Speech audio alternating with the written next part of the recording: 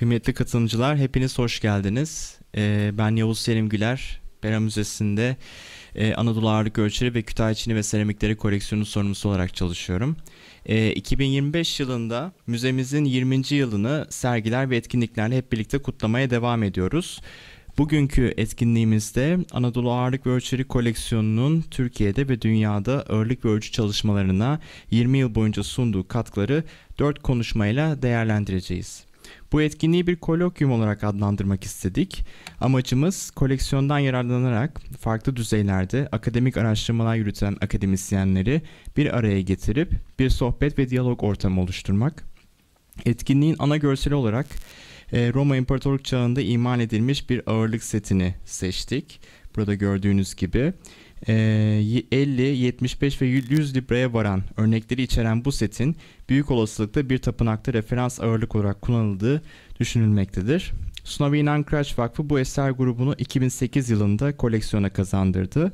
2008 yılı ayrıca koleksiyon üzerine yapılan araştırmaların yoğunlaşmaya başladığı döneme denk gelmektedir.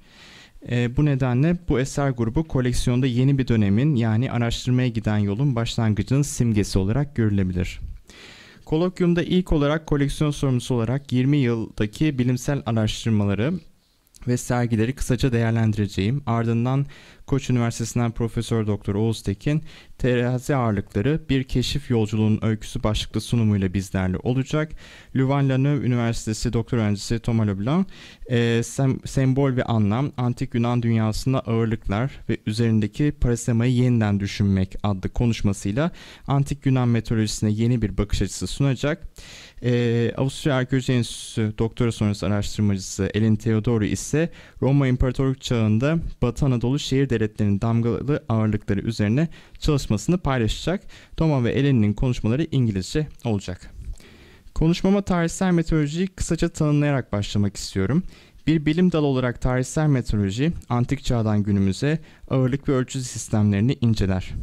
Arkeoloji, tarih, sanat tarihi, epigrafi, numizmatik gibi alanlarda yürütülen disiplinler arası çalışmalar ile yalnızca antik ticaret ve ekonomiye ışık tutmakla kalmaz, aynı zamanda kültür tarihine yeni yaklaşımlar kazandırır. Nispeten az ele alınmış bir alan olan tarihsel meteorolojiye eğilerek bu doğrultuda bir koleksiyon oluşturmayı ve bu alanın temsil ettiği değerleri Türkiye ve dünyadaki bilimsel çalışmalarla buluşturmayı amaçlayan Suna ve İnan Kıraç Vakfı Anadolu Ağırlıkları ve Ölçüleri Koleksiyonu 2005 yılında Pera Müzesi'nin kurulmasıyla birlikte bir müze koleksiyonuna dönüşür. Müzenin ilk kurulduğu yıllardaki eser alımlarıyla koleksiyon hem kapsam hem de kalite açısından dünyanın en geniş Anadolu tarihsel meteoroloji koleksiyonlarından biri haline gelir. Koleksiyon Orta Tunç Çağı'ndan Osmanlı dönemine kadar uzanan geniş bir zaman dilini kapsar. Ağırlık, uzunluk ve hacim ölçülerinin farklı dönemlerde ve alanlarda nasıl kullanıldığını ortaya koyar. Arazi ölçümünden ticarete, mimarlıktan kuyumculuğa, denizcilikten eczacılığa, astronomiden zaman ölçümüne kadar geniş bir yelpazede örnekler sunar. Bugün koleksiyon 8117 eserden oluşmaktadır. İçeriğinde terazi ağırlıkları, kantar kolları, eşit kollu teraziler, sikke ağırlıkları, uzunluk ve hacim ölçüleri ile mimari, astronomik ve topografik ölçüm aletleri yer alır. Bu eserlerin yanı sıra koleksiyonda Belçikalı tarihçi merhum Pierre Wilmar'ın sikke koleksiyonu da bulunmaktadır. Vakfa bağışlanan bu koleksiyon, sergiler ve yürütülen akademik araştırmalarda önemli bir unsur olarak yer almaktadır. Koleksiyon 20 yıl içerisinde tarihsel meteoroloji alanındaki araştırmaları desteklemiş, kapsamlı yapısıyla bilimsel çalışmaları teşvik eden bir merkez haline gelmiştir. Suna ve İnan Kıraç Vakfı Anadolu Ağırlık ve Ölçüleri Koleksiyonu, Pera Müzesi'ne dahil edildikten sonra yürütülen ilk akademik projelerden biri epigrafi alanındaydı. Epigrafistler Peter Weiss, Hüseyin Sami Öztürk, Filiz Dönmez Öztürk ve Rudolf Hensch, Pontus et Bithynia bölgesindeki Roma İmparatorluk dönemi yazıtlı terazi ağırlıklarını incelediler ve akademik yayına dönüştürdüler. Bu araştırmaların önemli bir sonucu olarak yeni memuriyet isimleri belgelendi. Daha sonra proje kapsamı genişletilerek vakfın bir diğer kurumu olan İstanbul Araştırmaları Enstitüsü ile işbirliği yapıldı.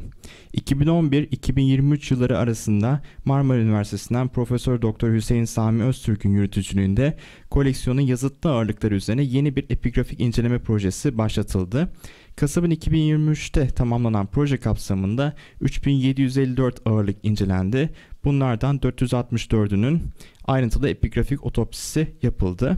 Bu yazıtlar üzerine yürütülen araştırmalar sayesinde yeni agronomos isimleri belgelendi veya başka yazıtlarda karşımıza çıkan önemli figürlerin kariyerleri hakkında yeni bilgilere ulaşıldı. 2010'lu yılların başlarında bir başka projenin çalışmaları başladı. Profesör Doktor Oğuz Tekin, koleksiyondaki terazi ağırlıkları üzerine Corpus Ponderum Antiquorum et Islamicorum projesi kapsamında çalışmaya başladı. Bu uluslararası girişim Türkiye'deki kamu ve özel koleksiyonlarda bulunan terazi ağırlıklarını belgelemeyi amaçlıyordu.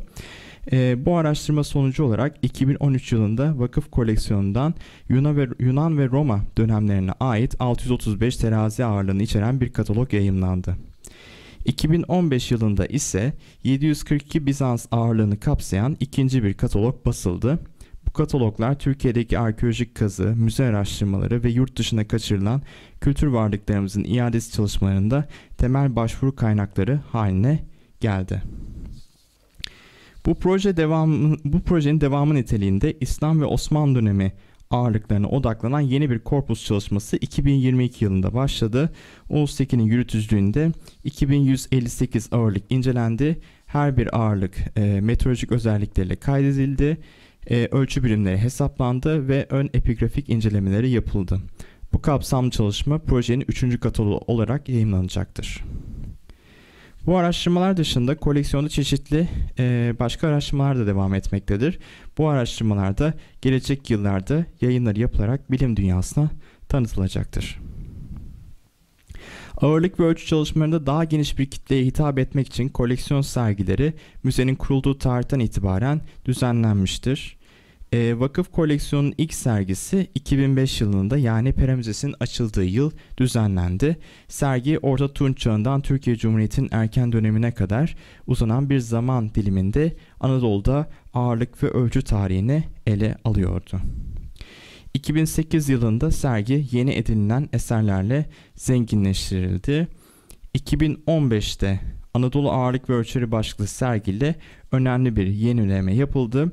Multimedya unsurlarıyla koleksiyon etkileyici ve etkileşimli bir şekilde sunuldu. Koleksiyonun sergileme biçiminde esaslı değişim ise 2021 yılında gerçekleşti. Bu dönemde hazırlanan Ağırlık ve Ölçü Sanatı sergisi ise klasik vitrin düzeninden uzaklaşıp kültürler arası bir anlatıyı sunmayı hedefledi. Örneğin ziyaretçiler yeni yaklaşımla İmparator Büyük Konstantin'in ferman ettiği bir teraziyi tutabiliyor ya da Tarihin Terazisi adlı bölümde farklı dönemlerdeki ağırlık standartlarıyla kendi ağırlıklarını karşılaştırabiliyorlar. Böylece sergi hem tarihsel hem deneyimsel bir anlatım biçimi sunarak ziyaretçilerin ölçü kavramıyla kişisel bir bağ kurmasını sağlıyor. Pera Müzesi'nin 20. yılı kapsamında Vakfın tüm koleksiyonlarını kapsayan geniş ölçekte bir dijitalleşme projesi başlatıldı. Bu projenin sonucunda 1358 yayımlanmış terazi ağırlığı ve 526 sikke araştırmacıların ve tarih meraklarının erişimine açıldı. Sistemde her eser için şu bilgiler yer almaktadır. Eser türü, eserin basım yeri, üretim yeri, yaklaşık dönem bilgisi, fiziksel tanım ve malzeme bilgisi, boyutlar, ağırlık verileri, kaynakça ve yüksek çözünürlüklü görseller. Bu kapsamlı veri tabanı hem akademisyenlere hem meraklılara koleksiyonun temel bilgilerine kolay erişim imkanı sunmaktadır. Ayrıca kullanıcıların farklı eserleri karşılaştırmasına olanak verir. Bu sayede koleksiyon uluslararası ölçekte erişilebilir dijital bir araştırma arşivi haline gelmiştir. 20. yılımız kapsamında yaptığımız bu açık kaynak çalışmasına da değinerek Suna ve İnan Kıraç Vakfı Anadolu Ağırlık ve Ölçüleri Koleksiyonu'nun 20 yılına bir koleksiyon sorumlusunun perspektifinden değindim. Beni dinlediğiniz için teşekkür ederim. Şimdi sözü terazi ağırlıkları bir keşfin yolculuğunun öyküsü başlıklı sunumunu yapmak üzere Oğuz Tekin'e bırakıyorum.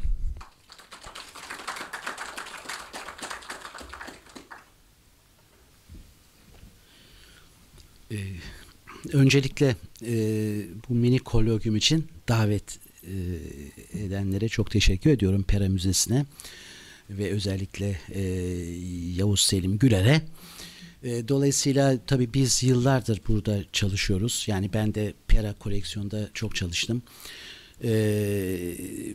Amacım zaten iki konuşmacı sizlere kendi ilgili dönemlerini anlatacaklar ama ben bu konuya nasıl girdim, nasıl oldu, biraz ondan bahsedeceğim. Sorularınız olursa da zaten şey yaparız, daha sonra cevaplarız. Şimdi bir keşif yolculuğunun öyküsü dememde Türkiye'de, aslında dünyada da diyeceğim ama haddimi de aşmak istemiyorum. İlk kez böyle bir proje başlatılıyor, proje. Yani terazi ağırlıkları. Hep terazi ağırlıklarını görürüz, nasıl bir şeydir terazi tartı, ama dünyada da böyle bir şey yoktu. İlk yayınlar burada bizimle başladı demiyorum ama hep münferit olarak kazı buluntusunda ya da bir takım müze koleksiyonlarında bunlar olmuştu. Ben bu çalışmaya başlayınca birçok müzeyi dolaştım. Yurt dışı, yurt içi vesaire. Yani biraz size neler oldu, neler bitti, nasıl bir deneyim kazandık, ortaya ne çıktı, biraz onlardan bahsetmek istiyorum.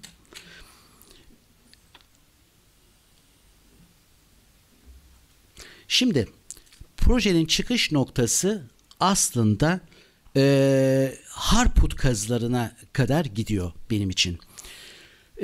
2007 yılında Harput kazısını yapan arkeologlar ve kazı başkanı bana burada gördüğünüz objeyi, şunu gösterdi ve dolayısıyla bunun işte yayınlanması için de ben kendisinden izin istedim ve o zaman bu objeyi, ki ağırlık olarak tespit etmiştim, o zaman için söylüyorum, 2007'de, ve bunu yayınladım. Şimdi bu benim ilk ağırlık yayınımdı ve bir Bizans ağırlığıydı. Aslında Bizans ağırlıkları genel bütün ağırlık sistemi içinde daha kolay olandır. Yani ne kadar yeniye doğru gelirseniz o kadar tabii kolaylaşıyor. Burada onun da çizimi var. Fakat bazı yayınlarda çok ufak tabii şeyler görüyorum. Hata da olabilir vesaire. Ben size biraz onlardan bahsetmek istiyorum. Mesela bu tür ağırlıklara girerken tabii ki metrolojiyi bilmek gerekiyor. Ve metrolojide de bu alana en yakın olan alan, disiplin numizmatik oluyor. Paralarla, sikkelerle ilgilenen şey. Bir heykeltıraşı, mimari, çanak, çömlek ilgilenenler için biraz zor olabilir. Çünkü terminoloji hemen hemen çok benziyor terazi ağırlıkları ve sikkeler konusunda. Bu da gördüğünüz gibi 81 gramlık bir terazi ağırlığı. Yani üzerindeki zaten lejanttan, şuradaki ilk gammadan bunun unkia olduğu anlaşılıyor. O birimde diyelim ve buradaki gammada, ikinci gammada onun 3 olduğunu gösteriyor. Dolayısıyla rahatlıkla bunun 3 unkiyalık bir terazi ağırlığı olduğunu görüyoruz. Burada tabii buradan yola çıkarak bunu 81 gramı 3'e böldüğünüzde fazla gittim herhalde. 3'e böldüğünüzde 27 gramlık bir ölçü elde ediyorsunuz gördüğünüz gibi. Bu da bir unkiyanın gramı. Dolayısıyla ana pazarda kullanılan Libra'nın, bugün Avrupa ülkelerinde ya da Amerika Birleşik Devletleri'nde de kullanılan pound, libra vesaire, bunlar da hemen hemen buradan çıkmıştır. Unkia'dan çıkmıştır. Yani ons dediğimiz şey unkia, ondan sonra libra, pound vesaire. Ve bunu da 12 ile çarptığımız zaman normal librayı bulabiliyoruz. Yani 324 gramlık bir libra. Anlatabiliyor muyum? Yani metroloji bir yerden, bazen tümden gelimden, bazen tüme varımdan, onun gramını bildiğiniz takdirde üzerinde hiçbir birim adı olmasa dahi onu anlamak mümkün. Dolayısıyla benim burada, bu benim çok ilgimi çekmişti o zaman. Ya hiç ilk defa karşılaştığım şey, tabii bildiğimiz ve duyduğumuz şeyler bunlar ama eğilmek açısından. Şurada gördüğünüz bir küçük bir şey var. Bakın burada da bir nokta gibi. Bu aslında Unkia'nın O harfi gibi düşünebilirsiniz. Onun açılmayı. Yani buradaki gammanın aslında numerik bir değeri olmayan yazıyla Unkia ya da tabii 2 tane gamma ile yazılır bu yazılırken o işaret olduğunu bilmek lazım. Dolayısıyla buradaki O gibi olan işareti koymak gerekiyor aslında. Koymak gerekiyor. Çünkü onu tek başına gamma olduğu zaman evet bizler biliyoruz bunun bir birim işareti olduğunu ama o'la beraber olduğu takdirde daha doğrudur. Bazen bu daha büyük yapılabilir. Bazen de bir nokta şeklinde yapılabilir. Şimdi bu Corpus Ponderorum Antiquorum et Islamicorum diye en başta yazan bu yazı projenin adı aslında. Yani amacım benim Türkiye'de ve dünyada bu ağırlıkları, antik ağırlıkları ve düşündüm ki İslami ağırlıklar da buna girebilir. Böyle bir proje. Bunun üzerine hep yürüdük. Amacı yurt içinde ve yurt dışındaki kamu ve özel müzeler ile özel koleksiyonlarda bulunan terazi ağırlıklarının dijital ortamda kayıt altına almak ve yayımlamak. Aslında bu daha sonraki Pondera online Leuven Üniversitesi'nde yapılan ona da bir anlamda benziyor ama o yayınlanıyor, o canlı. Bu ise sadece benim bilgisayarımda olan, benim işime yarayacak bir tür veri tabanı idi. Dolayısıyla bu amaçla devam ettik. Şimdi burada çok sayıda müze ziyareti oldu. Fotoğraf çekimleri yapıldı. Ağırlık ve boyutlar alındı. Kabaca tanımları yapıldı ve yayınlandı. Bazıları cilt olarak, bazıları makale olarak. 2007 yılında başlayan bu projenin muhtemelen ben 4-5 yıl sonra artık tamamen kapatmak istiyorum. Yani aslında nispeten daha az yayın yapıyorum ama bir şekilde baktığınız zaman bir 18 yıl kadar bir süre geçmiş. Bunların bir kısmına da benim meslektaşlarım da şahit oldular o çalışmalarım sırasında. Şimdi yurt içindeki gördüğünüz gibi pek çok müzede çalıştım. Yani bu müzelerin bütün depolarına girildi. O zamanlar bunların bazen terazi ağırlığı olup olmadığı da belli değildi. Yani sadece metal objeler üzerinde resimler var vesaire. Mesela müzecilerle konuşuldu, gerekli bütün bilgi alışverişleri yapıldı. Sanıyorum şu sıralar belki yavaş yavaş terazi ağırlıkları müzelerin teşhirlerine de girmeye başladı. Dolayısıyla birçok müzede gidip birkaç gün kaldım, bazen bir hafta. Orada işte o bronz işte veya kurşun ağırlıklar vesaire bütün bunları kayıt altına aldım. Ama bazı kazılardan da o müzedeyse ya da bir şekilde bana gönderdilerse onları da inceleme fırsatı buldum. Şimdi bir de yurt dışı müzelerde vardı. Ama yurt dışı müzelerde Bizans sikkelerini hiç çalışmadım. Bizans sikkelerini hiç ellemedim. Sadece Anadolu, Küçük Asya olarak çalıştım. Yani Kizikos, Efesos, Aleksandriye, Troas ne varsa ve buradan bazen kaçak yollarla giden bir sürü ağırlıklar vardı. Ve burada isimleri gördüğünüz belli başlı müzeler çok yardımcı oldular. Hiçbir sorun çıkarmadılar. Zaten Avrupa'da pek sorun çıkartmıyorlar. Yunanistan'da da keza aynı şekilde. Rusya'da Hermitage Müzesi'nde vesaire çalışmalarımı gayet güzel yaptım. Çünkü o dönemde yani 2017-2018 henüz daha terazi ağırlıkları konusu çok bilinmediğinden kimse malzemeyi o kadar fazla elinde tutmak istemiyordu. Buyurun çalışın diyorlardı. Dolayısıyla Amerika Birleşik Devletleri'ndeki Streeter Collection'da olmak üzere vesaire bütün bu müzelerde ve koleksiyonlarda çalıştım. Dumbarton Ox'la ilgili ise sadece bilgi sahibiyim. Yani koleksiyonu gördüm, gittim, inceledim ama onunla ilgili bir yayın yok. Diğerleriyle ilgili birçok yayınlarda yapıldı. Yayınlarımda da yer aldı. Biraz hızlı gideyim. Şimdi terazi ağırlıkları dendiği zaman aslında dönemler çok önemli. Çünkü standartlar farklı. Klasik ve Helenistik dönemdeki standartlar farklı. Roma ve Bizans'taki sistem yani farklı ve Osmanlı'da farklı. Dolayısıyla böyle bir devamlılık yok. devamlılığın olduğu noktalar var. Onlar belli ama bu sistemlerden bazıları, ben sadece Roma Bizans çalışıyorum diyebilirim. Ben sadece klasik ve Helenistik. O sistemi bilmek durumunda. O sistemi bildiğiniz takdirde işler daha kolay gidiyor. Mesela bakın burada bu slaytta işte klasik ve Helenistik dönemler için mınna ve onun 2 katı olan stater üzerine bir sistem kurulmuş. Roma ve Bizans için libra ve unkia üzerine bir sistem kurulmuş ve Osmanlı için de biz daha çok dirheme dayalı bir şey var ki bunun tabii ki altınları tartmak için, değerli metalleri tartmak için miskal vesaire de var. Zaten Yavuz Bey de bahsetti biraz önce bu ağırlıkları, yani Osmanlı ağırlıklarını birlikte yayınlayacağız.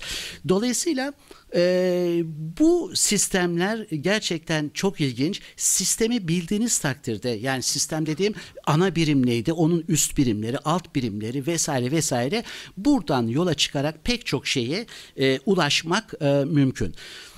Şimdi burada arkeoloji için, tarih için önemli olan bir nokta da terazi ağırlıklarının bir kısmı üzerinde resim ya da görsel ya da tasvir, bunların bulunması. Bunlar bize çok şey veriyor. Yani düşünebiliyor musunuz? Sikkelerden bildiğimiz bir takım semboller, motifler, figürler, hatta mitolojik sahneler terazi ağırlıklarında da yer alıyor. Ama çok değil. Yani sikkelerle karşılaştıramazsınız tabii ki bunu. Burada sol tarafta daha ziyade bizim sikkeler üzerindeki bu resimleri, tasvirleri bazen parasemon olarak, yani devlet arması olarak adlandırdığımız resimleri görüyoruz. Yani şu devlet armasını da şöyle bir sadece açıklayayım. Yani bizim bugün mesela Avustralya'nın devlet armasında ne vardır? Bir emu vardır, o hani büyük deve kuşu, bir de kanguru vardır. İşte Almanya'da şu vardır, Amerika'da kartal vardır. Türkiye Cumhuriyeti'nin bir hilali ve yıldızı var. Böyle tam değil. Yani bir devlet biz bunu arma olarak alalım da devam edelim demiyorlar. Ama öyle bir şey yapıyorlar ki en fazla kullandıkları tipi, en fazla beğendikleri, ses getiren bir tip, bir tasvir varsa onu seçiyorlar. Sikkelerde de bu böyle. Burada da böyle bir ağırlığın üzerinde bir aslan protomu görüyorsunuz, gövdesi. Ve öbür tarafta da sikkelerin üzerinde tasvir olan, sembol olan, paraseman olan vesaire kentleri görüyorsunuz. Yani az da değil ama dikkati çeken şu burada. Bunların pek çoğu Batı Anadolu.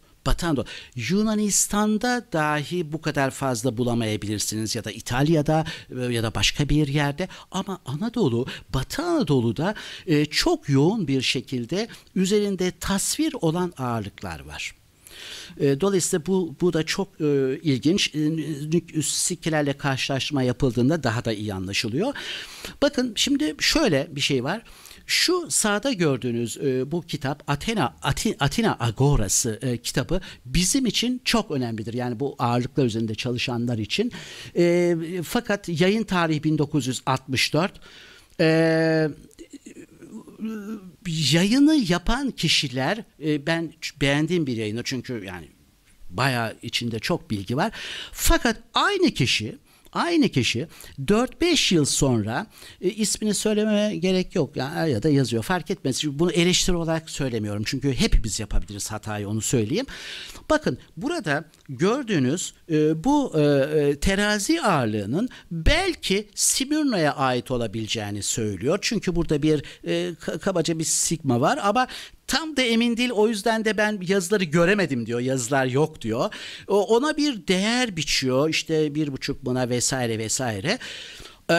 Ama bu ağırlık biraz önce de gördüğünüz gibi Lüsümaheya'nın bir ağırlığı. Çünkü buradaki üstteki lambdası, üpsiyonu görülmüyor ama şurada sigma bir şekilde görülüyor. Ayağının dibinde şurada yota görülüyor bir şekilde. Yani buradan belki Smyrna, halbuki o kişinin belki böyle bir şeyi yok, ama şunu demek istiyorum.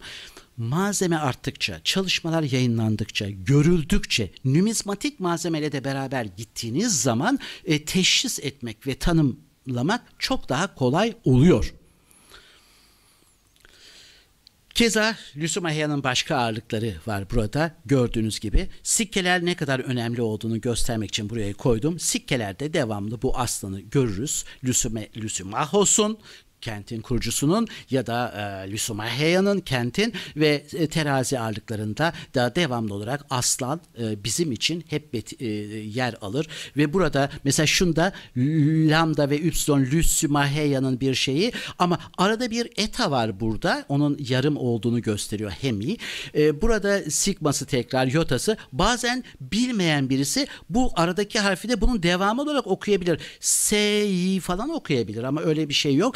Bildiğiniz takdirde, aklınızda bütün bu veri tabanınızda olduğu takdirde her şey çok daha kolay oluyor. Tabii buna bakarken Lüsumahos niçin aslanı seçmiş? Onun hikayesi var. İşte Büyük İskender onu kapatıyor odaya vesaire vesaire. Yani bunlar zaten kitaplarda da yazıyor. Yani bir terazi ağırlığı bize aslında pek çok şey veriyor. Burada mesela bir başka terazi ağırlığı yine Lüsumaheya'nın ama burada aslan ağzında mızrak kırıyor. Ağzında mızrak kırıyor. Hem sikkelerde var ve terazi ağırlıklarında da bakın Lüsumaheya'da buradaki aslan pek görülmüyor ama pozisyondan ağzında mızrak kırdığı görülüyor. Buradaki yine ağzında mızrak kırıyor ve bir işte birim işareti ama yukarıda Lüsumaheya'nın etnik adı ilk iki harfini görüyorsunuz. Neden Lüsumaheya Kardia sikkelerinde kullanılan bu aslanı almış, kendisi kullanmış? Çünkü Lüsumaheya kurulurken Kardia kentinden insanlar oraya getirilmiş. Yani bir nüfus transferi olmuş Kardia'dan Lüsumaheya'ya ve Lüsumaheya'da yaşayanlar aynı zamanda Kardiyalılar da. Tamam mı? Yani böyle bir şeyden dolayı bu tipi kullanmışlar. Bunu geçtim. Mesela bu ağırlık da çok önemliydi. İlk kez yayınlandı o zaman, kaç yılıydı? 2009 olmuş. Edirne Müzesi'ndeydi bu. Hiç envantersiz, hiçbir şeysiz bir yerde duran bir malzemeydi. Oradaki müzeci arkadaşlarımızla konuştuk. Yayınlanabilir mi diye izin aldım ve bunu yayınladım o zaman. Yayınladıktan 3-4 yıl sonra bir satış kataloğunda bir benzeri tekrar görüldü. Şurada gördüğünüz alttaki şeydi. Şimdi bunu baktığınız zaman insan hemen bir anlam veremeyebilir. Halbuki terazi ağırlığının üstündeki bu motif, bu resim bir taht. Tahtın üzerinde de bir herme var.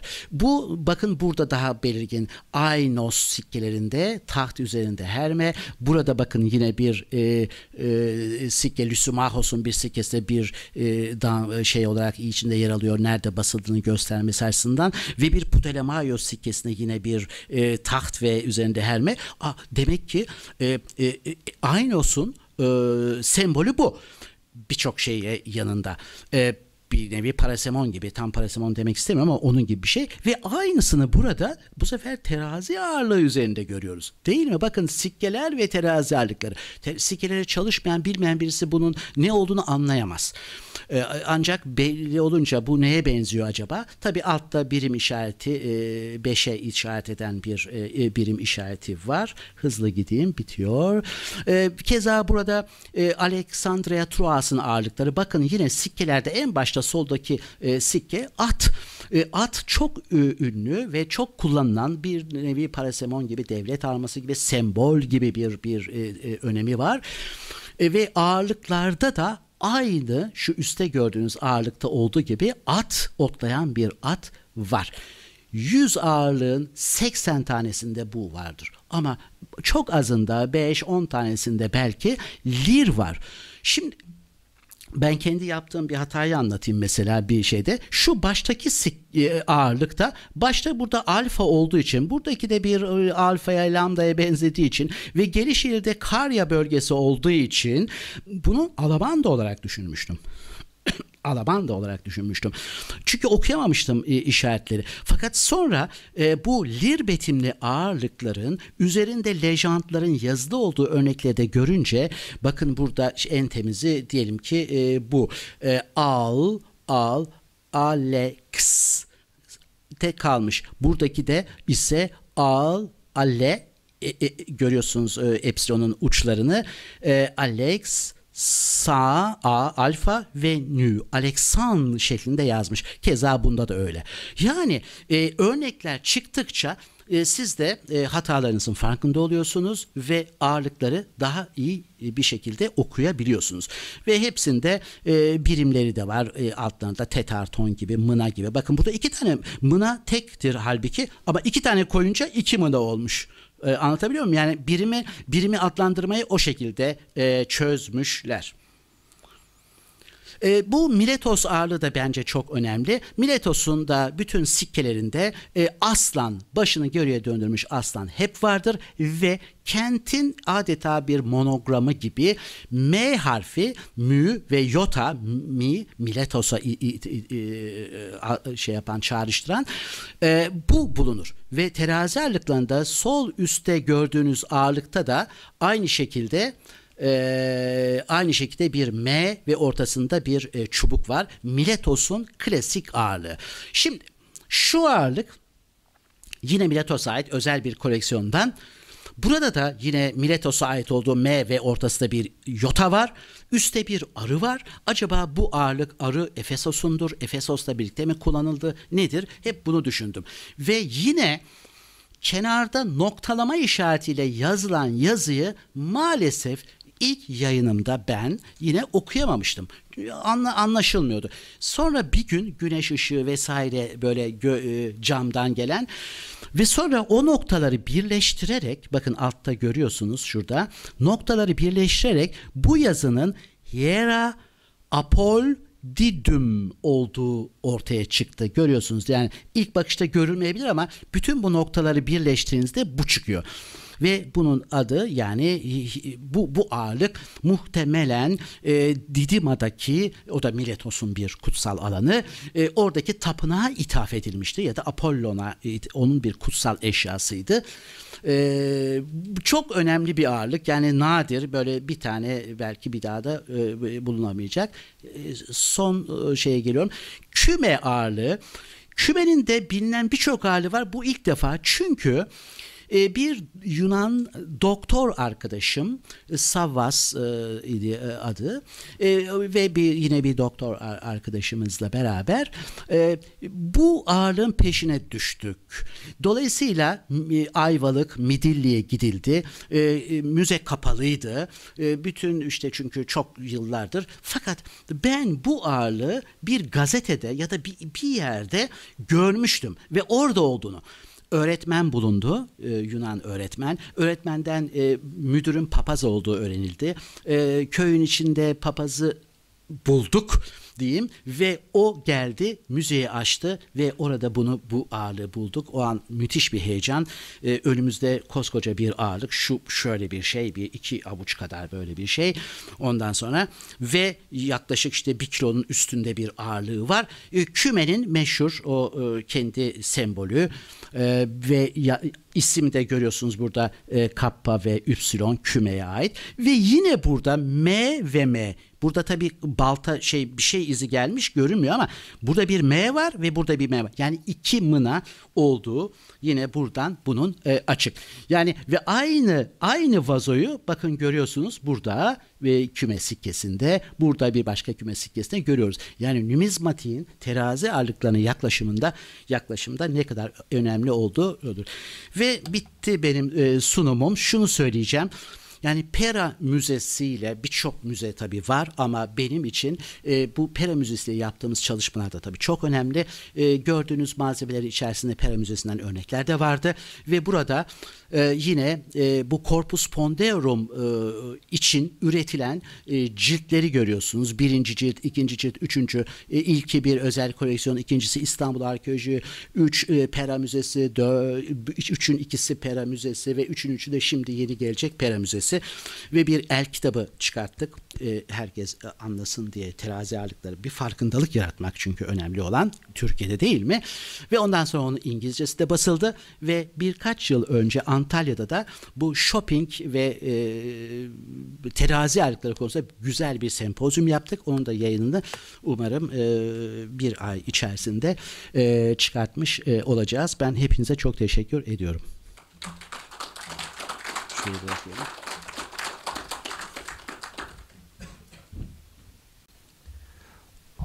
Oğuz Tekin hocamıza çok teşekkür ediyorum. Şimdi konuşması için Toma'yı davet edeceğim. Toma konuşmasını Symbol and Significance, Rethinking Parasema on Waste in the Ancient Greek World üzerine yapacak. Toma, the floor is yours.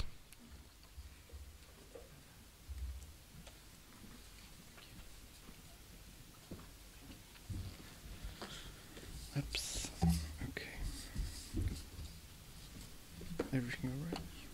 Okay, thank you. Okay, thank you very much.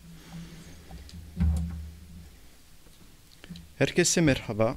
Kötü Türkçe seviyemden dolayı sizi rahatsız etmemek için İngilizce konuşacağım. I would like to begin with by warmly thanking the organizer of this meeting for their invitation, and I would like to express my particular gratitude to Yavuz, whose kindness has once again been unfailing. When I received this invitation, I accept without hesitation. The Pera Museum holds a very special place in my heart, as it was here that I conduct my very first research mission in Turkey. Since then, I have had the opportunity to work in dozens of different museums, but I must admit that I have never found such a warm welcome and such helpfulness anywhere else. The Pera's remarkable collection is certainly one reason for this, but it is above all the spirit of this institution that makes it such a special place. Everyone is attentive and welcoming, and researchers are always received with great openness. That is why, beyond my gratitude for today, I would like to express my deep appreciation to the Pera Museum for the quality of its work and its hospitality. For this presentation, I will focus on the iconography of Greek commercial weights from Western Asia Minor. I will not dwell on the explanation of the link between cities and their symbol called, as Mr. Tekin told us, parasemon in Greek, as it has already been done in the past. In this paper, we will take a brief look at the form that the emblem can take on the weights, the reason that led the cities to place it on their instrumenta publica, the role it played for the city and its inhabitants, and finally, its penetration into the visual culture of the ancients. First of all, it is necessary to define the term parasemon, which appears for the first time in Antigonos of Charistos in the 3rd century BC.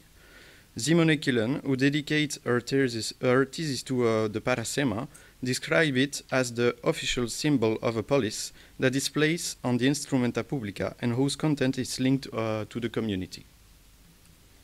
As we have seen, parasema represents a kind of emblem of the city, which can generally take 3 different forms, as you can see on the slide. An object, as in Myrina and Cyzicus, an animal, as in Abydos and Cyzicus also, or a deity or a skull statue, as in Ilion. These 3 categories of parasema are intrinsically linked. They mainly refer to a local cult or myth. These symbols generally reflect the city's desire to highlight its patron deity or an aspect that has made its reputation, in order to systematically emphasize a positive aspect of the city. This symbol, therefore, comes to represent the city as a whole, and in this sense is similar to a royal portrait depicting the sovereign in terms of his qualities and concealing any negative aspects. However, the royal seal is the imprint of a physical person, while the episemon, the other name for parasemon in Greek, is an abstract emblem agreed upon by the community. The parasemon, which is intrinsically positive, does come to represent the symbolic capital that the city so badly needs to show everyone its legitimacy. City mark their weights, but why do they do so? One initial hypothesis will be to see this as a dispositional practice, linked to the type of power exercise. This marking will then be a part of a set of common disposition resulting from similar socialization, leading, in Bourdieu's words, to a generalized incorporation of the structure of the market for symbolic goods in the form of cognitive structure attuned to the objective structure of this market. Indeed, city-states seems to have made extensive use of the parasemon as an emblem of civic power, in a logic where the representation of power is conveyed through a stable, identifiable sign that is integrated into the mental universe of citizens. It seems difficult to imagine a city or a sovereign without an emblem. Not only does it ensure the visibility of authority, but it also helps to forge a collective identity with which members of the civic body can feel aligned. From a dispositional perspective, it can be suggested that the various Greek cities share common characteristics that can be linked to a form of habitus. For Bourdieu, this notion it's not simply social determinism, but consists of a set of dispositions incorporated through socializations that guide practices while leaving room for a certain margin of variation. It is a flexible generative principle that explains both the regularity of behaviors within a group and their adaptation to different contexts. This concept initially developed to analyze social practices within a society can be transposed to a macroscopic level to shed light on the common logics of functioning and representation of the cities, without denying their diversity or their historical dynamics specific to each. This margin of variation, the results of other determinism, may explain that sometimes different use of the parasemon are made, such as in Athens, where the civic parasemon, the whole notably present on coins, is practically absent from commercial weights, in favor of different symbols. In Cyzicus, the torch remained the main emblem on weights, but other symbols also appear on the weights, reflecting a more flexible use than that of a purely identified base marking. This flexibility is at the very heart of the concept of habitus, too often misinterpreted as a rigid framework or a circular explanation that would postulate disposition each time a behavior is observed. However, habitus is not a rigid model. On the contrary, it allows for a certain latitude, a capacity for adjustment, invention, and even improvisation in the face of variety of situation. As Bourdieu points out, habitus is linked to vagueness and ambiguity, a generative spontaneity that asserts itself in the improvised confrontation with constantly changing situations. It obeys a practical logic, that of vagueness and approximations, which defines the ordinary relationship to the world. It is therefore possible that Greek cities share the same vision of power as embodied by the democracy of city-states and all the symbolic apparatus associated with it. The parasemon could therefore be understood as one of the visible vectors of this ancient Greek habitus, of the conception of power, without, however, being applied uniformly or mechanically. However, as the unconscious and underlying reasons for the actions of the ancients are unknowable, this interpretation cannot go beyond the stage of hypothesis. The habit of affixing a symbol to the instrumenta publica, as well as the choice of one emblem over another, can be interpreted from a dispositional perspective. These practices are part of a system of representation and gesture incorporated by actors within their civic environment. However, the use of the parasemon is not solely a matter of unconscious disposition. It has also an intentional and pragmatic use aimed at fulfilling several functions. As mentioned above, we have observed that the parasemon is found mainly on the instrumenta publica of the city. This symbol, therefore, serves to mark an object as belonging to the city and emanating from its authority. In this sense, it is comparable to the stamp affixed to coins by the issuing authority to sanction the object as legal tender, but also to facilitate its daily use by freeing it from constant control, as Aristotle explains in Politics, which you can read on the slides. Thus, the city affixes a mark on its coins to guarantee that they are the correct weight and alloy, and are therefore authorized within the city's territory. This facilitates daily economic transaction by avoiding the need to check the weight and fineness of the coin. The symbol represented on this mark is often, at least on one side of the coin, the city's parasemon. The parasemon placed on weights also guarantee the conformity of and weight of the weights used in the markets. However, placing the parasemon alone on an object was not sufficient, as this symbol could also be found on private products. The parasemon thus transcended its state's role and became a symbol of identity used by inhabitants of the city, as can be seen on the baluktash discovered in Cyzicus, where tuna and dolphins serve as ornaments on the columns, even though these symbols are found on weights sanctioned by the city. For this reason, on many Greek weights, the parasemon rarely appears alone and is accompanied by another guarantee form from the city to certify the conformity of the weight. Indeed, the name of the city, the ethnikon, the affirmation of its public character, demotion, or even the name of the magistrate may also be found on the weight, which is why they are complementary and why the parasema is often found in connection with one of them. Furthermore, in contrast to coins, weights regularly displays the denomination, allowing a user to verify which denomination is being used by the merchant. If we focus on the marking of the symbol on the city's instrument, rather than on the symbol itself, we can say that the parasemon is similar to royal seal that sanctions an object as being recognized by the city, thus indicating to user that it complies with regulations and is controlled by the state during its manufacture and daily use, thereby taking on a performative role. The decision to decorate weights stems from a simple logic. An ornamented object will fulfill its purpose better than one without decoration. Indeed, according to the technology of enchantment developed by the anthropologist Alfred Gell, ornaments create a link between objects and the people who use them, but also between these objects and the social objective they embody. Ornamentation has a psychological function, reassuring users of objects by the means of a familiar symbol associated with authority. Gell gives us a concrete example of this phenomenon with decorated sheets for children, as you could read on the slide.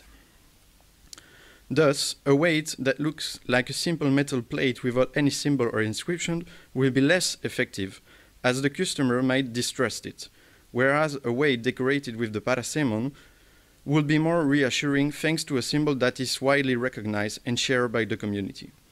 Gell concludes, the distinction we make between mere decoration and the function of an object is not justified.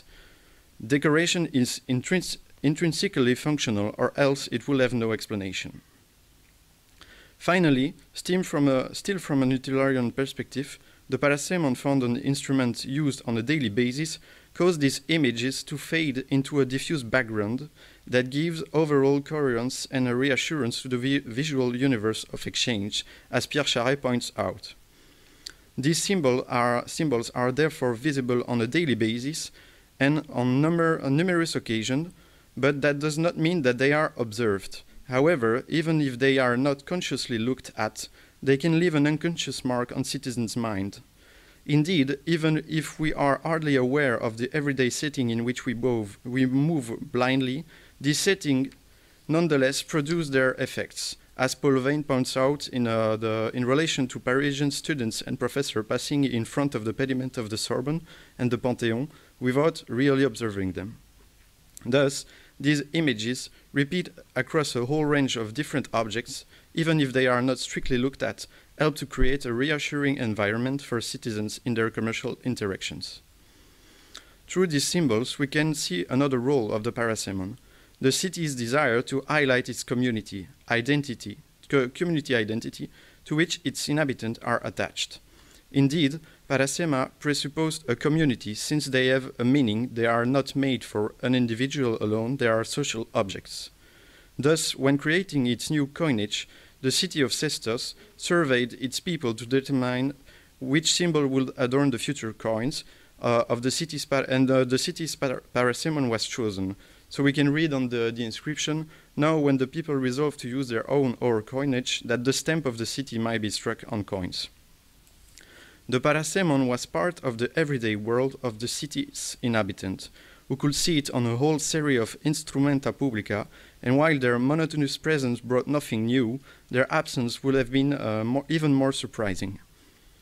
These symbols are visible and understandable to the majority, with the iconography making it possible to overcome the illiteracy of a section of the population, who can also, through their parasemon, understand which symbol represents their city, become attached to it, and feel a sense of belonging to the community.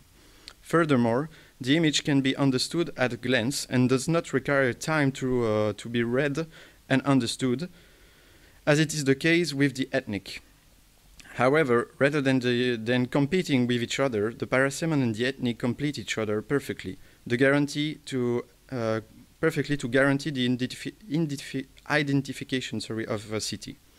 In addition, the parasemon plays a role in indicating conformity, which explains why it is associated with the ethnic, without which the mention of the latter would have been insufficient to identify the city of origin. Therefore, we can say that the ethnic has its own existence and is found alone on certain objects, but when associated with the parasemon, it serves to clarify the symbol. For example, in Byzantium, the ethnic distinguished the Byzantine dolphin from those of other cities that used the same animal as their parasemon. The episemon can only fulfill its dual function of identification and marking of conformity if it is easily recognizable, which explains why, despite variation in details, the general appearance of the symbol remained the same.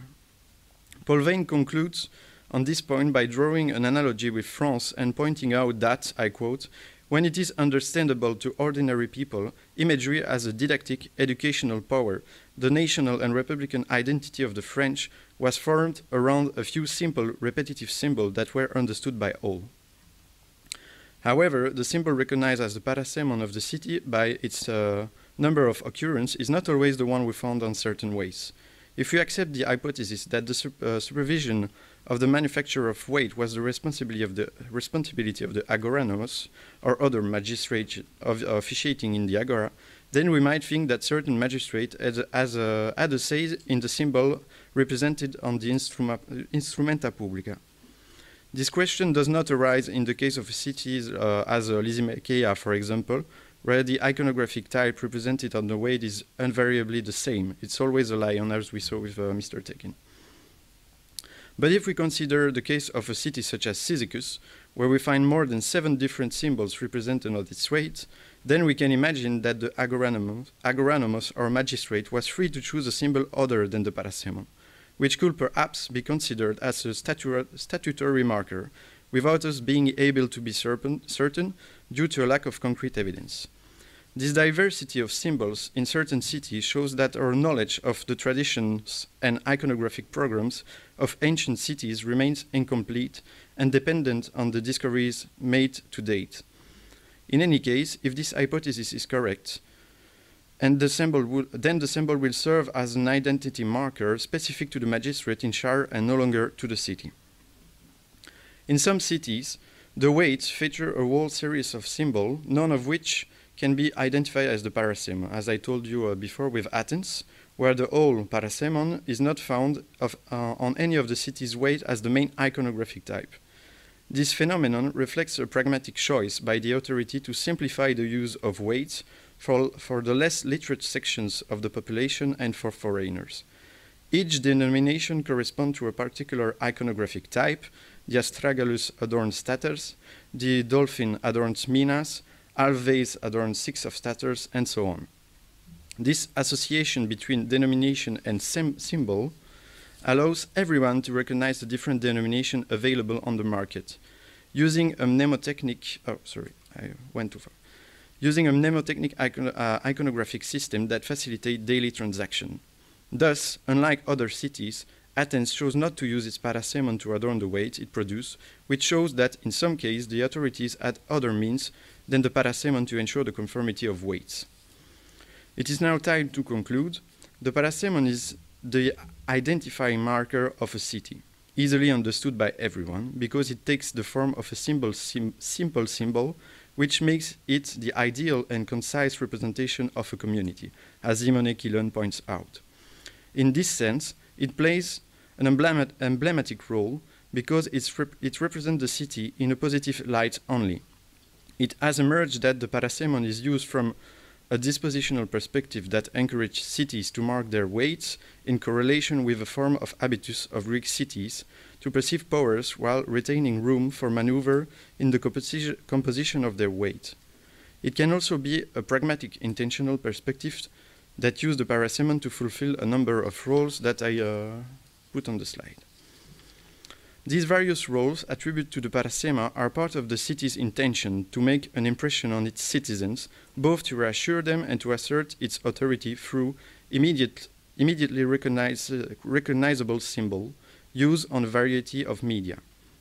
The marking of weight with a civic emblem can thus be understood as the product of dispositions internalized by agents in a structured social space. Through common socialization, they recognized in the symbol both the authority of the city, the guarantee of measurements, and more broadly, the political order it embodies. This practice is not solely the result of a conscious choice, but also a spontaneous disposition, in line with the objective structure of the ancient social world. In this sense, the parasemon is deictic. It stops at itself and refers to something further and deeper. In short, the study of iconographic types should not be limited to elucidating the often complex and unattainable meaning of emblems, but also to understanding what they reveal about the intention and orientations of the issuing authority toward its subjects. And thank you for your listening and your hospitality.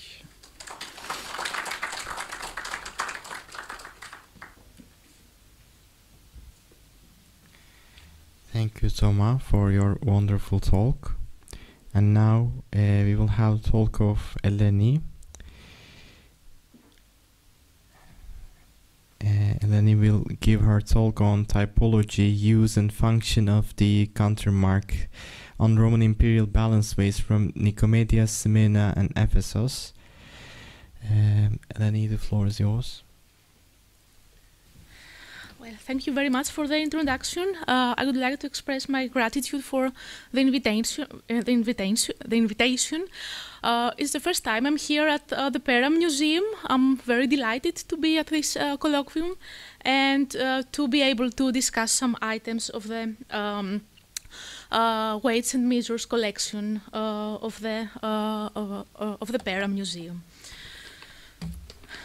Thanks to the Suna and İnan Kıraç Foundation Anatolian Weights and Measures Collection and the recent publication of a significant number of its weights by Professor Oğuz Tekin and Yavuz Güler'i, our knowledge of ancient Greek and Roman balance weights has expanded significantly over the past few years.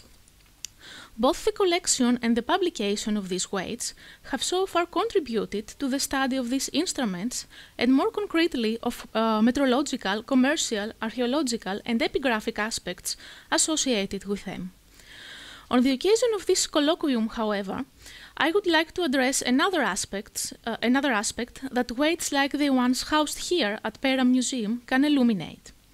This is the phenomenon of countermarking these objects, a topic which has received limited scholarly attention despite the growing interest in ancient balance weights.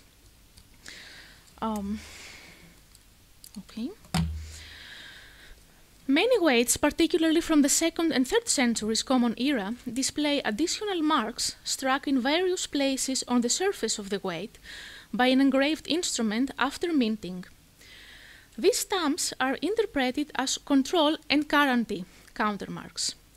Interestingly, not all weights feature a countermark.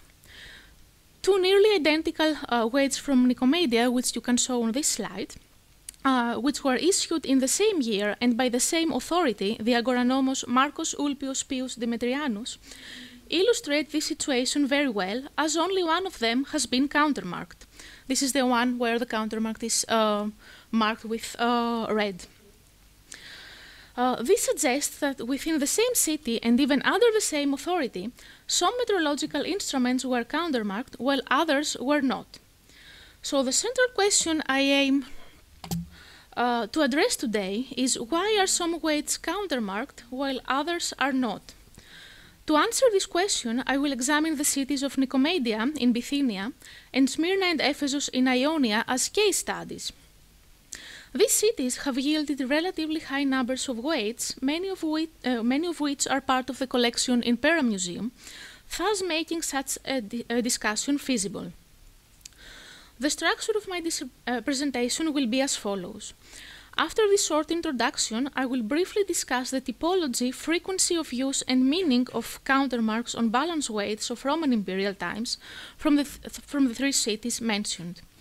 This will be followed by a more general evaluation of the role of countermarks and the weights themselves, as well as by a possible new interpretation which takes into account the Athenian decree on weights and measures from the late Hellenistic period.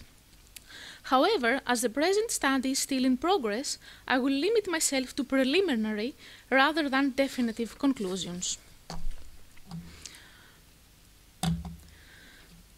Among the most extensively studied Greek weights from Roman imperial times are those originating from Nicomedia. To date, 28 weights which demonstrate a certain typology have been published. Their most striking characteristic is that their inscriptions fully cover both sides of each weight and regularly mention the regnal year and the titulature of the emperor on the obverse, and on the reverse the names of the provincial governor, the agoranomos who was responsible for issuing the weight, and occasionally the curator rei publicae. Countermarks can be confirmed for approximately half of them, that is for 15 weights. They are applied to the inner side of the rim, either on the obverse or the reverse, and they show a certain conformity, since all of them are rectangular in shape, and with no exception they consist only of text. In the cases where the countermarks are legible, their texts contain either the full name or at least part of the name of the agoranomos, who is almost always the same person who appears in the inscription of the reverse. Consequently, the text of the countermark does not add any new information. It just repeats the name, but interestingly not the title of agoranomos, which can be found only on the main surface of the weight. There are two exceptions to this rule. Two countermarks on weights that are kept here at Pera Museum do not seem to correspond to the names of agoranomi on the respective reverses.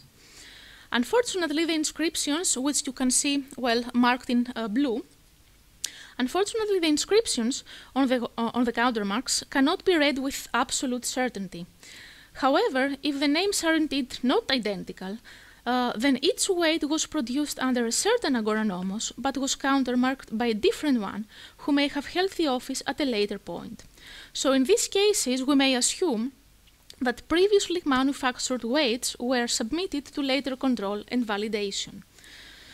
Similar patterns can be observed in balance weights from Roman Imperial Smyrna.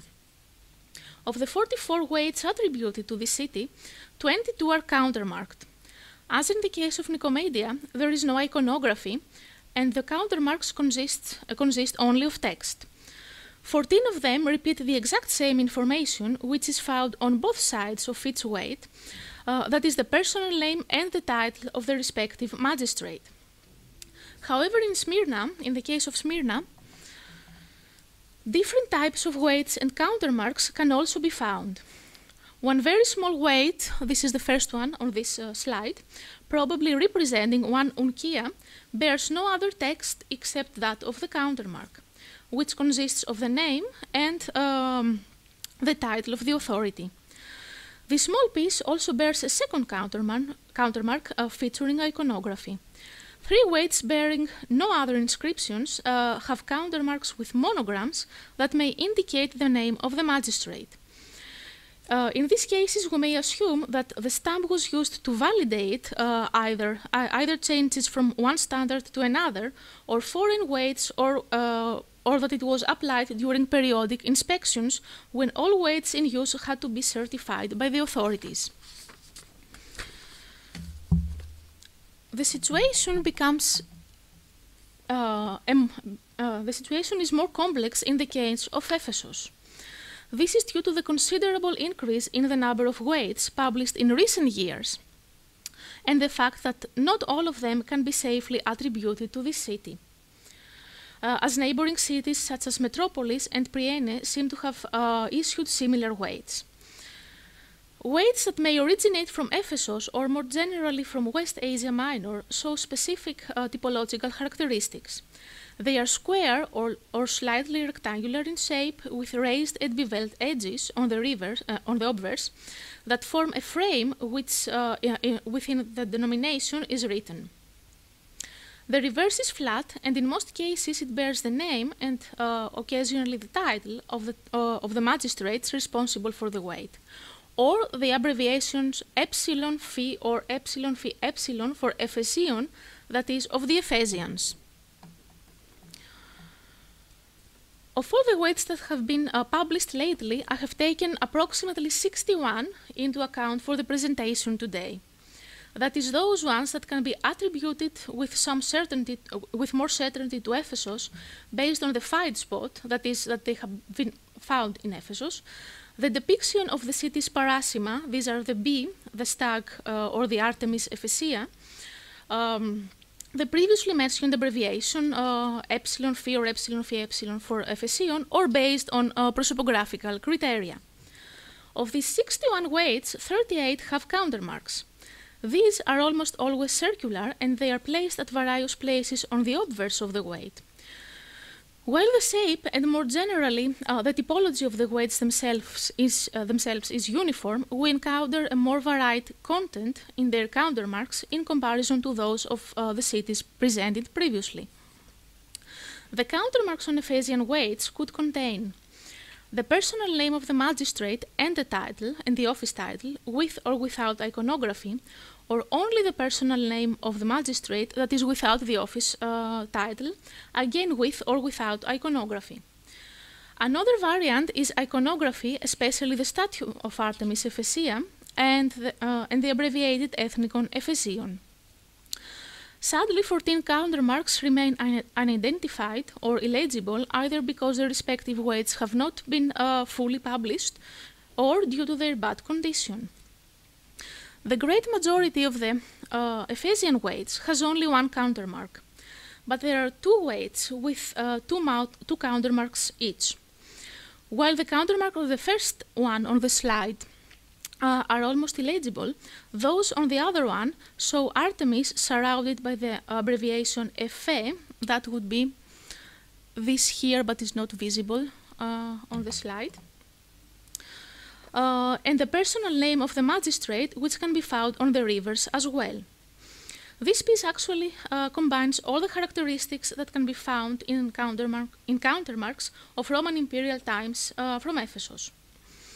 It cannot be concluded if there is any specific reason for the double countermarking of some weights, if, for example, the second countermark implies a second inspection of the weight, or if it was typical at some point to apply two countermarks, as it has been observed in Magnesia ad Meandrum, where weights from the second quarter of the 3rd century Common Era were doubly countermarked, that is, both in the name of the city and in the name of the magistrate responsible for the weights. As it was observed previously for Nicomedia and Smyrna, a relatively high percentage of countermarked weights, approximately 44%, which corresponds to 17 countermarked weights, display a repetition of the magistrate's name and sometimes title, which can be found in the text of the reverse. From this brief overview, it becomes apparent that if not all, then at least most of the countermarks had an official character, since they were applied by public authorities. Private countermarks, for example, of an owner, a merchant, or a manufacturer, that are found, for example, on amphoras, are generally not encountered on weights and could not be found in the case studies presented today either. The countermarks represent official inspection and certification of the weights, and their general purpose was to guarantee the conformity of the weight with the established standards in each city.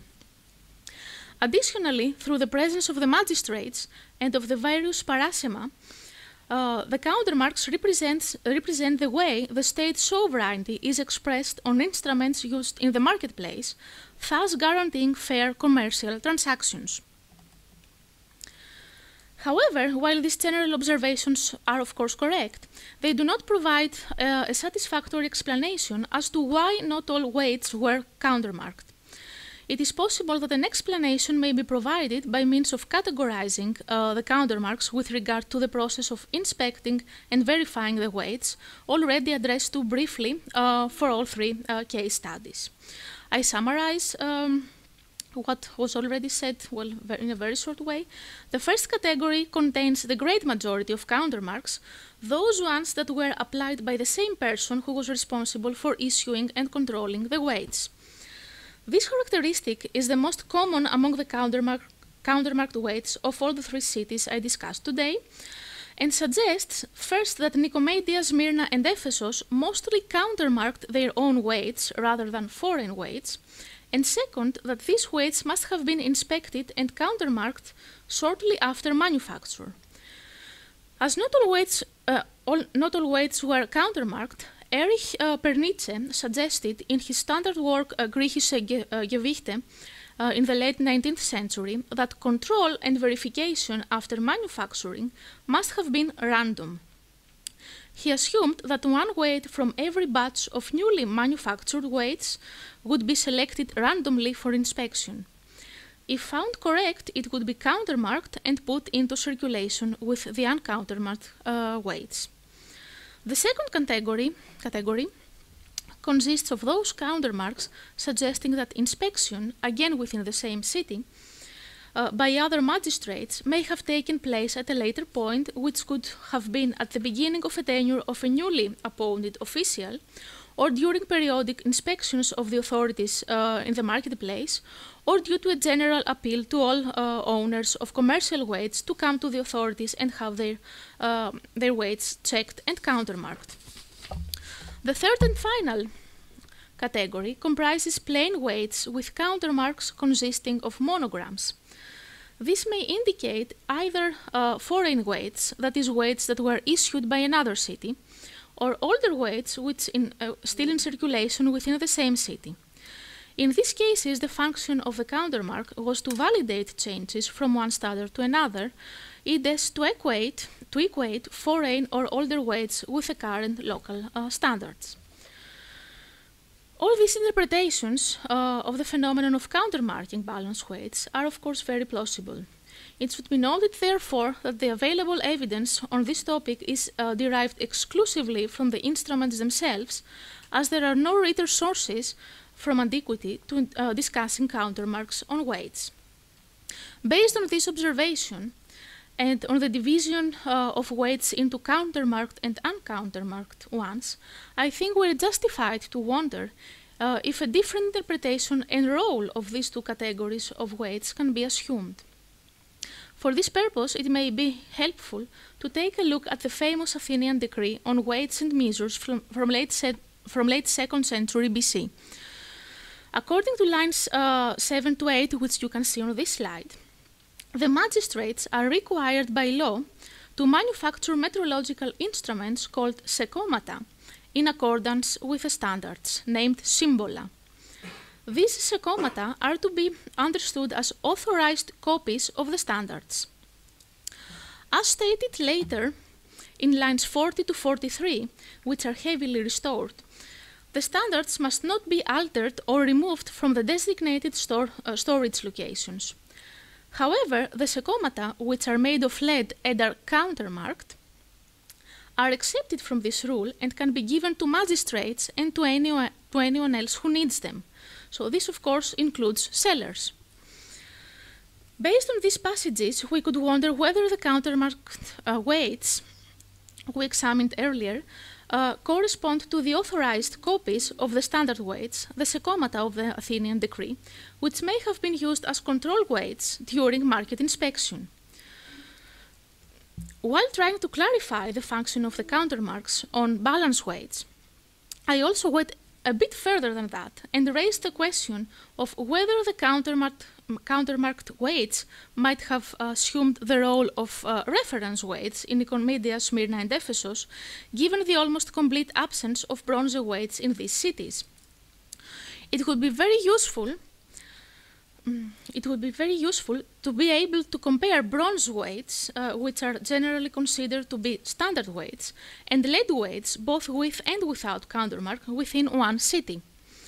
However, this cannot be done for the moment, since only one bronze weight dating to Roman imperial times was unearthed at excavations in Ephesus, but its provenance from the city and its date are uncertain. If the interpretation of the countermarked weights as control or even reference weights could be proven, it would mean that these instruments had a different function, as they were not destined for the market. Rather, they were kept under the surveillance of the authorities, the reference weights as the original meteorological instruments which could not be changed or destroyed, the control weights as the instruments that made it possible to control the weights circulating in the market. In turn, this could mean that weights without a countermark would be commercial weights, suitable for daily transactions conducted in the market. However, this interpretation too is merely a hypothesis, as further information and research are required to support it. For example, it would be very helpful to know the precise archaeological context and, if possible, the initial location the weights of each category were used in, which is rarely the case for the material presented today. By that I mean, for example, locations that could be interpreted as public or administrative buildings where the magistrates had their offices, or commercial places such as shops or storerooms. So for the time being, maybe it's better to leave the question of the relationship between countermarked and uncountermarked weights open, or to adhere to the interpretations that have already been suggested in the past. As a concluding remark, I would like to express my conviction that the continuation of research into weights, including those belonging to the collection of Anatolian weights and measures of Pera Museum, will contribute to an even better understanding of these artifacts, to further develop the typologies of the metrological instruments and their countermarks, and maybe, ideally, to obtain answers with regard to a more precise function of the countermarks applied on balance weights. Thank you very much for your attention.